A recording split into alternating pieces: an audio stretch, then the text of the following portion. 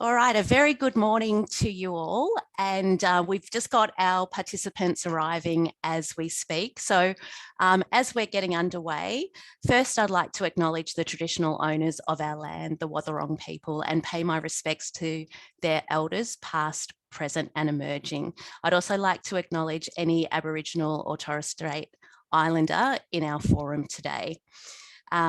My name's Marie Herrith and I'm Director of Harvest Talent Recruitment and People Solutions. Harvest hosts the Geelong HR Roundtable, and our August Roundtable was to be the new ways of working and the future of work 1 year on from COVID. But a more pressing topic is emerging, and that is this concept that we have worker fatigue, that we have a numb workforce, that it's very difficult to leverage our teams now. We are almost 18 months on from COVID and we still find ourselves in the same grind. So today we're delighted to have Jem Fuller facilitate Mindset Matters, a short 30-minute webinar. Now, to talk through, first of all, Harvest, why consider Harvest? So to us, talent recruitment is all about finding the best person for the role. And it's really difficult in today's market with border lockdowns and a lack of desire to move. There's a lot of hesitancy. So we've found that there's a lot of need for recruitment services, particularly for contract or permanent hire, and you'll see the areas that Harvest focuses on. So if you are struggling to source for your team, we'd be delighted to hear from you. The other aspects of Harvest services that we've been contributing to the region is I sit on the G21 education and training pillar. So with the needs of industry, we're informing education, which is really exciting to be part of. We're a Grow Compact signatory and we really support local and social procurement. We're on a current building digital capability project under the Regional Digital Fund, which again is informing education on digital trends and needs within our organisations. That's coming to a close in August. We coordinate the Geelong HR Index of employment and HR trends in the region. And some of our HR roundtables are based on the topics that we glean from our region's industries. As I said, we host the Geelong HR Roundtable, which has approximately 4 events a year. And we also have a Geelong HR Nexus team where we have subject matter experts who provide support and services to our clients. Our most needy areas have been probably mediations and investigations, workforce planning, remuneration and rewards, and of course the area of mental health and wellbeing, which is why we're here today. Now, I'm not taking any more of the stage and I'd like to introduce Jem Fuller. I've actually known Jem, gosh, I think it's been about at least 5 to 8 years, Jem. And, and it's really good to have friends in really good places. And Jem is exactly that. Jem coaches and facilitates for CEOs and senior leaders across government, private and not-for-profit sectors. He helps develop more mindful and conscious leaders with healthier workplace cultures. Jem is also the founding director and facilitator of his own international leadership retreat company. He takes leaders away, and I've seen some of those trips, and I'm so what a shame we can't do them right now, on conscious leader programs to the remote Indian, Himalaya, Bali, the Kimberley, and Costa Rica. Jem has had a very colourful life, from his punk days squatting in London to years of barefoot backpacking around the India subcontinent. He has been to the extremes and now found the middle. Jem has worked as a reflexologist, Chinese masseuse, Reiki practitioner, kindergarten teacher in Asia, a global tattooist, fire dancer, motorcycle courier, actor, singer, songwriter, travel consultant, and prior to commencing his coaching practice in senior leadership for a multinational company. So you could see Jem's education there is highly qualified and very much the pertinent presenter today. So I'm going to mute myself and hand over to Jem to go with our presentation today. Thank you so much, Marie. Wow, that was an extensive introduction. Thank you. All right, so we have got a very short amount of time, and so I'm going to make this sharp and shiny. Shiny being the operative word. I'm here with good news, and I love sharing good news.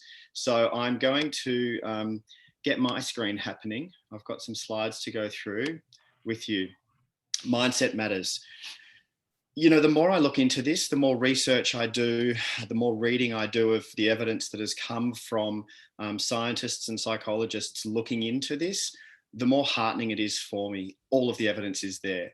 The way we look at something really makes a difference. So today we're going to talk about how our perspective, the viewpoint from which we observe anything around us or internally, our lenses, our biases, our beliefs, the way we see the world and from where we see the world definitely flavors our perception of what's going on. And our perception then determines our relationship with that which we're observing. So whether we're observing a thing or a person or an event or anything, our relationship with what we're observing is massively flavored by our perspective and our perception. And our relationship in any given moment is the quality of our life. So if we're perceiving something to be dangerous and we're in fight or flight mode, then that is the quality of our experience of life in that moment. And our life and our ability to live the way we want to live and to contribute the way we want to contribute and to create the successes that we want to create. Our ability to do that is very much governed by our state of being in any given present moment. So here we are, looking out to the big wide world and receiving information from our environment. And we receive information from our environment through our senses, yeah? What we see, hear, touch, smell, taste. There's too much information in any given moment for us to consciously process all of it. So internally in our mind, we have a filtering system. We delete a lot of information.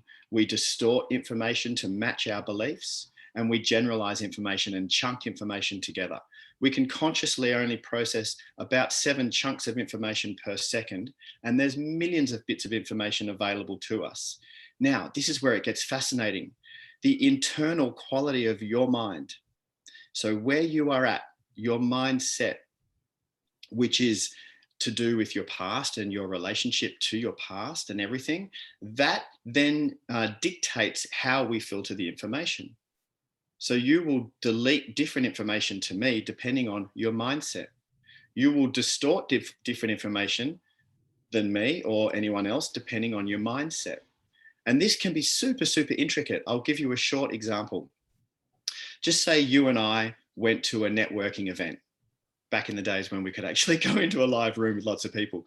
We went to a networking event. We walk into the room, a room full of strangers, and within a couple of minutes, you're saying to me, Jem, this doesn't feel quite right in here. I don't know this. I don't know if I can trust the vibe in the room. That's your intuition. And I might have a different perception. I might walk in and say, oh, actually, this feels like a great opportunity of wonderful people where I can add value to other people's lives. Now, my perception of the room and your perception of the room could be different because of something so subtle like a woman who just walked past us and she was wearing a perfume, and that same perfume was worn by an auntie of yours when you were a toddler who was quite cruel to you. Now, you're not even aware that that perfume has triggered you, but a smell from the past, your perception of this present moment because of your perspective, even if it's unconscious, can then dictate your sense or relationship with the room.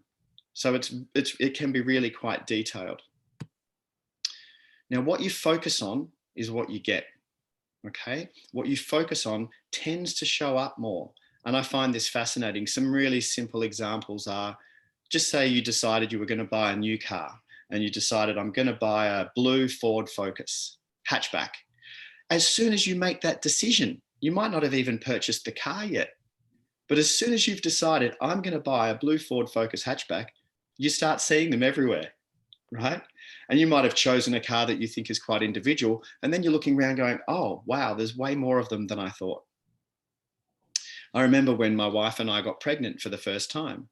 And the day that we got the pregnancy test and found out she was pregnant, we started noticing pregnant women everywhere, walking around the streets going, oh, wow, gee, there's so many pregnant women. Now, obviously, there were no more pregnant women than before we knew, but it was because of what we were focused on. So this is where you can start to empower yourself and be the driver of your own bus. Choose what you focus on. Because when you choose what you focus on, that then tends to show up a little bit more, rather than the old subconscious, just say if the day started with something not so great. You get into work and the first phone call is an upset customer and they're ranting angrily down the phone to you, right? And you get off the phone and you think, oh no, it's going to be one of those days. And oh, when it rains, it pours. And oh, bad things come in threes. And you're focusing on what you don't want more of, right? And that's how it becomes a self-perpetuating situation, right? So that's how when it rains, it pours happens, because you're focusing on that. I remember when I used to work for Flight Centre, and before I was a senior leader and I was working as a shop manager, I was aware of this stuff. And if I had that phone call first thing in the morning with a really upset customer, I'd help them, deal with them, be in that present moment. But once I dealt with that present moment, I would think to myself, who are some of my favorite clients who are positive and upbeat and love me and love the last holiday that they went on?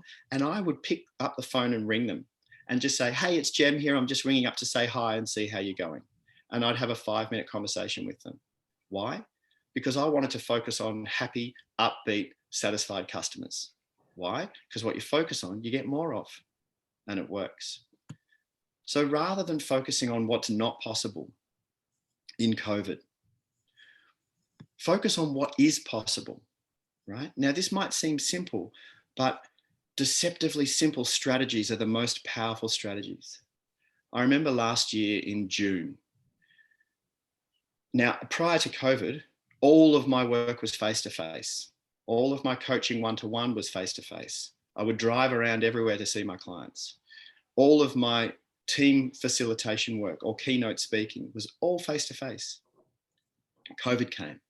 I'm sitting on the couch. I just successfully got JobKeeper. My partner had got her JobKeeper. So I was like, okay, I can feed the kids. I've got enough money to put baked beans on the table. And I heard myself saying, okay, well, I can't deliver face-to-face and I can't do this and I can't do that. So I'm just going to ride this out. I'm sure it'll only go for a couple more months. I've got the JobKeeper. I'll just ride it out. And then when COVID finishes, then I'll get back onto my business thing and I'll get out there and keep going, right? As I thought that, I caught myself and I went, whoa, Jem, that ain't going to work, mate. That is not going to work. You're on a mission to help people. And just by giving up right now is not functional. So then I shifted my focus and I went, what is possible? What are ways that I can still be on my mission and help people? And from that one shift in my thinking in June of last year, this last financial year, I've doubled the turnover in my business. Like, it's gone ballistic. But if I hadn't changed that thinking, it would have gone the other way. Okay, I want to share with you one of my favorite acronyms. And it helps us know with reality, what can I actually focus on and what shouldn't I focus on? Where am I wasting my attention or my worry or my concern? Now, if you've been in the room with me before, you've definitely seen me share this acronym. It's one of my favorites and it's super easy to remember because it's a famous acronym, CIA, not the American spy organization. Okay, C stands for control. So there are some things in our life, not as many as we would like, but there are some things in our life that are in our control. If something's within your control and you think it should be improved or amended or not there at all, if it's within your control, rock on, give it 100%. Give it 100% of your blood, sweat and tears, your creative juices, your sleepless nights, if it's within your control, right? Your care or your concern. Now, a lot of things are not in our control, but we still have some influence over them. If you have influence over something, give it the appropriate amount of your concern or worry or care. Okay. And I get quite specific with this. If I think I've only got 10% influence over something, I'll do my best to help influence it. But then after I've done the bit that I can control, when it's out of my control now, and I've only got 10% influence, it only gets 10% of my sleepless night. It only gets 10% of my anxiety or worry or care. Let me give you an example. Voting, right? When I go to vote for who's going to run our local council or who's going to run our state or who's going to run our country, and I know I've only got 0.0001% influence over that, that's how much care it gets from me. Now, that doesn't mean that when I'm driving in the moment, driving to the polling station, I'm just giving, 0.001% care to driving the car. No, I'm in control of driving the car. It's getting 100% of me, right? When I get to the voting booth, I'm in control of the way I interact with the people standing out the front with the flyers, right? And how I am with them. So that gets 100% of me. In each moment, it gets 100% of me. But once I've left and I don't have any control or much influence, it only gets the appropriate amount of my care once I've left that situation. I hope that makes sense. Now, a lot of things we can't control, have no influence over, straight into the accept basket. This basket is liberation from worry and care and concern. How many things do we turn over in our heads and turn into a mental, emotional looping and stressing over stuff that we can't even control and we have no influence over, or very, very little. So the accept basket is liberation. And there's a big chunk of things that we worry about that can go straight in the accept basket, no questions asked. And that's everything that's happened in the past. If you ever hear yourself saying, but I shouldn't have done it like that, accept basket, you did. So apparently you should have. Why? Well, because you did. But that person shouldn't have spoken to me like that. But they did. Right? Now, that's not saying that everything happened in the past was functional or nice or lovely. And it's not saying that in the future we don't try and improve situations. It's just saying that everything that's happened in the past apparently should have. Why? Because it has. We're not going to argue with reality. So I use this acronym on a daily basis, and I strongly suggest that you and your teams do as well. I've brought this slide up with the word lucky in it because it's an example of how powerful our mindset is. And there was a psychologist called Richard Wiseman, and he did a lot of research to find evidence around, does our perspective actually make a difference? One of the fascinating studies that he did was he got two groups of people. One group of people believed they were lucky, right? I'm a lucky person. I have really good luck. The other group of people believed they were unlucky, right? So that, yeah. And little side note, I find this fascinating because there was a woman who was on a bus in the Middle East and the bus got blown up by a suicide bomber and she survived.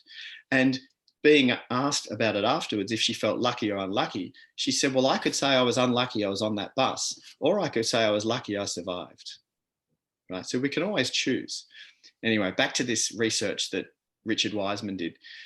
So he gave them a newspaper with pictures in the newspaper. And he said, the challenge is you have to count how many pictures there are in the newspaper in this time frame. And if you get it right within the time frame, you win $200. Now, how's this? I find this fascinating. People who thought they were lucky, on page 2, the answer was written and it said, this is the answer to the quiz. You can jump to the end and collect your $200. People who consider themselves to be lucky were way more likely to see that, jump to the end and get the $200. People who thought they were unlucky didn't see that and just kept counting the pictures and didn't get the $200. Right? Now, these people weren't necessarily more lucky or not. They just had the perspective that they were. If you're a friend of mine and you hang out with me a bit, you will hear me say a lot, I'm so lucky. I'm really lucky. And I'm saying it on purpose, right? This is a conscious choice. It's like gratitude. It's a conscious choice. I walk out the door and say, wow, I'm so grateful that I can walk outside. I cook dinner and go, I'm so grateful I've got food.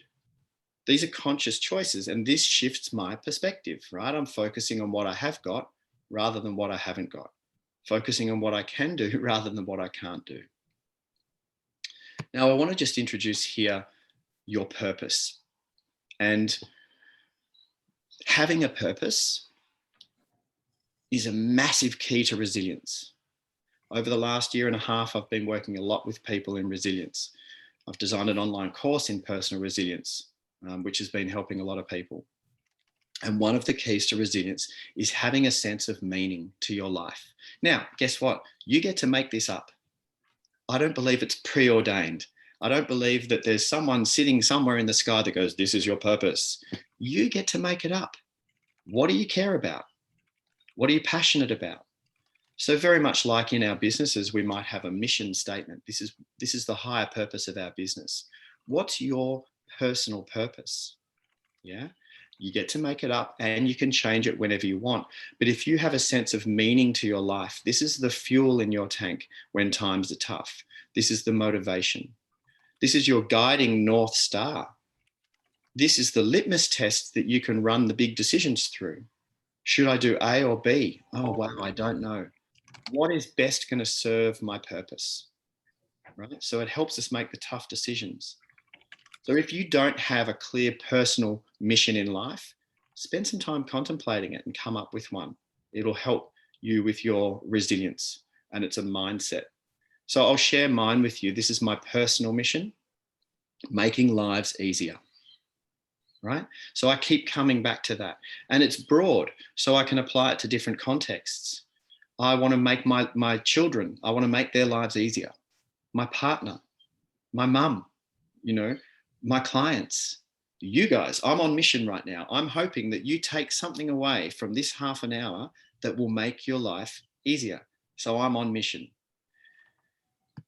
Okay, so takeaway. These 3 strategic questions, if you jot these down and ask these questions of yourself regularly, will certainly help you. What can I control or influence? In any given moment, what am I going to accept? And what can I control or influence? How can I look at this differently? And in this, how can I look at this differently? I love the idea of loosening my grip, right? Letting go just a little bit. We tend to, in situations of adversity, we tend to grab on more tightly to our beliefs, to our perspectives, to the way we think things are. The kind of fear, fight, flight comes in, and we tend to grip on more tightly. It's actually counterintuitive, but it's way more functional to let go a little bit. Loosen your grip. You might think, well, I've got 30 years experience in this and I know the best way. Really? Maybe you don't. Maybe there is another way. Yeah. And COVID is forcing us to let go of the way we thought things had to be. So how could I look at this differently? I'm looking at this situation like, well, I can't do this and I can't do that. Hang on a second, relax, let go, do a creative exercise and think about other ways that you could potentially look at a situation. And what can I do to live my purpose? What can I do to live my purpose?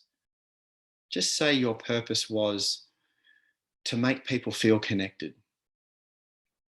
And at the start of COVID, you're like, I can't do this. I used to bring people together in, family occasions or networking events, and I can't do. But if my purpose is to make people feel connected, what can I do?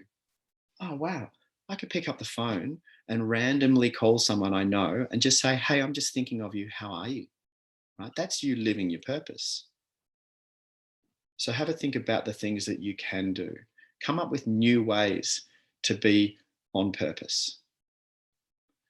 All right, short, sharp, shiny. Just to recap, the good news is that you actually can be the driver of your own bus more than you think. And it seems a little bit magical or quantum physical, but from my experience, what goes on in here actually really does have a big part to do with determining what's going on out there for me. When you change in here, your perception of reality changes. So your reality changes, the big wide world changes. I know that was short. If you are curious to find out more, please get in touch with me. I'm super accessible. I love having conversations about this sort of stuff. Reach out to me, and I look forward to seeing you all at some point in the future. Thanks, Marie. Thank you, Jem. I just on behalf of the audience, I heard so many tips there. I'd like to take you back to the refocus reset. What can we personally be doing, but also as people leaders, to assist in that process? Because I think that is exactly how days start well or don't start well. Anything that you would recommend in terms of bringing that to our conscious, because we get into our business as usual. And like you said, when you had that bad call and then making sure you follow it up with a good call to change that focus. Now that's inbuilt in you. Is there anything like, should we be setting an alarm at 9:10 to go, how did the day start? You know, do we need to reset? What would you recommend to bring that to our conscious being? Yeah, sure. So I find a really healthy, effective way to create new habits is to link the new habit that you're trying to create. So, for example, my new habit is that at the start of the day, I want to start the day in a positive way and choose what I focus on. So that's the new habit that I want to create. Connect it with an existing habit. So brushing your teeth. I'm presuming most of you brush your teeth every morning. Stick a little post-it note next to your toothbrush on the mirror saying, what is something positive I can focus on right now? Or what is something positive I can do as soon as I finish brushing my teeth, right? So a post-it note. Or for me, I make a coffee each morning with my coffee machine. So when I want to create a new habit, post-it note on the coffee machine. So as I go to make my coffee, I see it. You link these two habits together. After some time, they become affiliated, synonymous, and you don't need the post-it note. So every time I go to make a coffee now, I pause and do a little moment of meditation. Right. So if once you link the two habits together, then you're creating a new habitual way of being. Perfect. That's great. That's great tips. There's lots of comments coming through on the chat feed saying thank you. It was really purposeful, and people are lucky to have you in their world. So there's people on the forum today that see themselves as lucky to have met you and come across you and those tips that you do provide. So now Jem has graciously provided a special offer today. He did mention his resilience course. So for all webinar participants, he's offering a $200 discount on the resilience course. So how long does it take to go through the course, Jem? You can go through it as quickly as the online component. There's 10 modules. They're about 20 minutes each, and you can go through them. You can binge through them, or you can take your time with them. Once you finish the 10 online modules that are 20 minutes each, there's 6 months of accountability. Each week you get an email from me reminding you to create those new habits. And each month for 6 months, I'm live and available for the students online on Zoom, and we come and dive more deeply into the content of the course. So there's 10 modules and there's 6 months of support. Fantastic. And is this offer time limited? So if I go, oh, it's getting towards Christmas, I'd like to access that. Is there any time limit on accessing the course? Yeah, we have to do this within the month of August. Okay. Thank you. I thought I'd ask the question. Now, if anyone has any further queries, please get your phones out, take a screenshot of this slide. You can see where Jem is available, and also you can contact Harvest if you would like to follow up as well. But a very good start to our day, and we just need to be reminded, you know, those things, habit stacking, repurpose, refocus, and don't think about, in this crazy world where COVID is just keeping on coming up, don't think about the things that we personally can't control. I think everyone's getting sucked into the vortex. So that was really good to bring us out of that in that CIA model. We have to just accept that's our word. We can do what we can control and influence, but that's it. So Jem, I really appreciate you taking time. I would encourage our forum participants participants, if this is something that you or your team or your organisation is struggling with, please reach out to Jem. Again, thank you so much for your time today, Jem, and onwards and upwards with our day. I already feel invigorated. Awesome. Thanks very much, Marie. Thank you. Thank you, one and all.